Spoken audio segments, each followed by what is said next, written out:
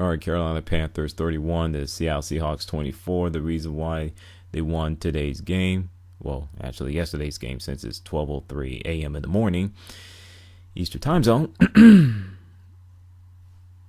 Carolina won the time possession battle. Turnovers. They got off to a 31-0 lead, and I would love to say they didn't look back, but hey, I had a feeling that they were going to blow a lead. They're going to blow that big lead, and that was my negatives. You know, they coughed up a 31-point lead. They were outscored 24-0 in the second half. The Carolina Panthers offense didn't score a single point. That's a significant concern going into the NFC title game against the Arizona Cardinals coming Sunday. And the defense, oh my goodness, they went into that prevent defense, or playing zone. I mean, it's just crazy. I mean, once again, congratulations to my Carolina Panthers for winning that game.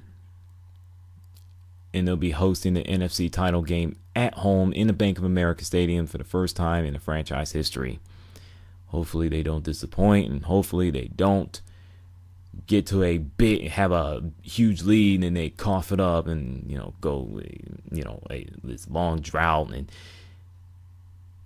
damn near giving the game away like they did yesterday against Seattle Seahawks. Speaking of which, good season for that team. I don't hate the players, don't hate the coaches. As a football fan, I like them, but the fan base is just god awful. That's how I see it. Now, as for the NFC title game between Arizona Cardinals versus the Carolina Panthers, it comes down to a time possession battle. Turnovers, limited the mistakes. If Carolina finds a way to put together a complete game and they continue to put their foot on the gas and don't let up, they'll win the NFC and they will represent that spot they'll represent the NFC for Super Bowl 50 in San Francisco, California. If not, they'll catch that L. Season's over for them. Do I think that the Carolina Panthers can win that game against the Arizona Cardinals? Absolutely. Will they? Well, we'll find out in the upcoming Sunday. We will find out. Now, the NFL playoffs have been interesting to say the least. Teams can't protect the house, such as the Vikings, Redskins, Texans, and Bengals. Speaking of which, the Cincinnati Bengals, 0 for 7 in the playoffs, especially with the head coach Marvin Lewis. He keeps his job. I understand that. Who are you going to replace Marvin Lewis? That's a big question mark. I thought he would be fired, but whatever. Vontaze Burfict and Adam Patman Jones, they're both straight up clowns. They're just straight clowns.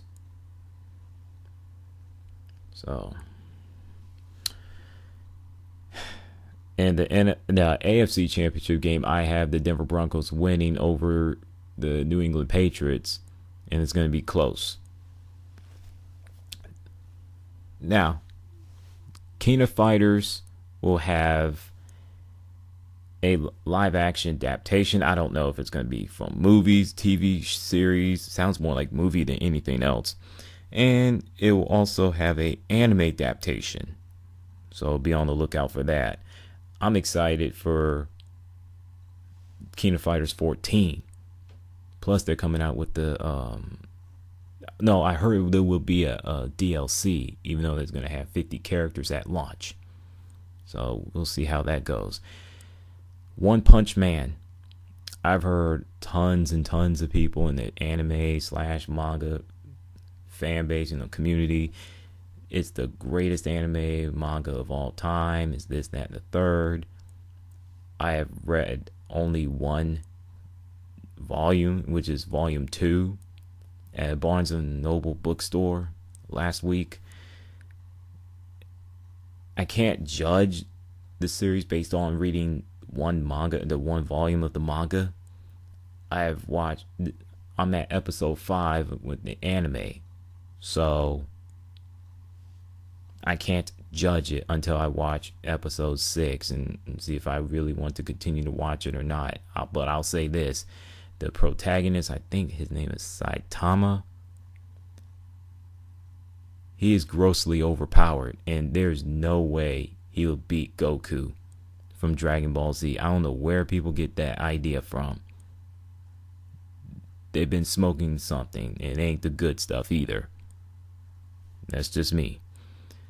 As for the Bleach, I read the manga, the latest chapter.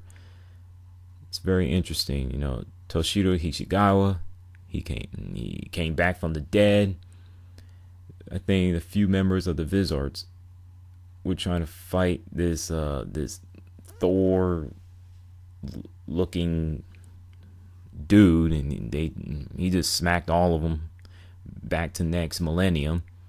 Yoichi's little brother, I think he's down for the count. He had an arrow he was impaled in the back. So, like I said, we'll find out what happens in the next chapter. Done with the manga and the anime part. Video games. Homefront: The Revolution will be coming out on May 17th of this year. I'm excited for that game. Not going to get too excited, not going to get too high, not going to get too low. There will be a single player and an online co-op. Hopefully they have an offline co-op so people who don't want to go play for online, play, have a ball, things in that nature. I'm very excited for that game to come out, because that way they won't focus on the multiplayer like they did in the first Homefront. I love the story. Kind of reminds me of Freedom Fighters, Red Dawn-ish. It's very different than other wars like World War II or Modern War or futuristic wars, things in that nature. So be on the lookout for Homefront. Oh, Hitman is supposed to come out this year. There will be no... What was it? I read a magazine called Games TM from Barnes and Noble bookstore last month, and it said something about the DLC will be for free, and there will also be no microtransactions. So we'll see about that. We'll see if that comes to fruition. I'm also excited for Horizon Zero Dawn. See how that game plays out, but I will rent it. There's no way I'm buying that. So, and with that, throwing y'all a salute. What do you think to tonight's video? Various Thoughts Volume 110. And with that, salute. Keep pounding. Let's go, Carolina Panthers. One more game. Let's do it.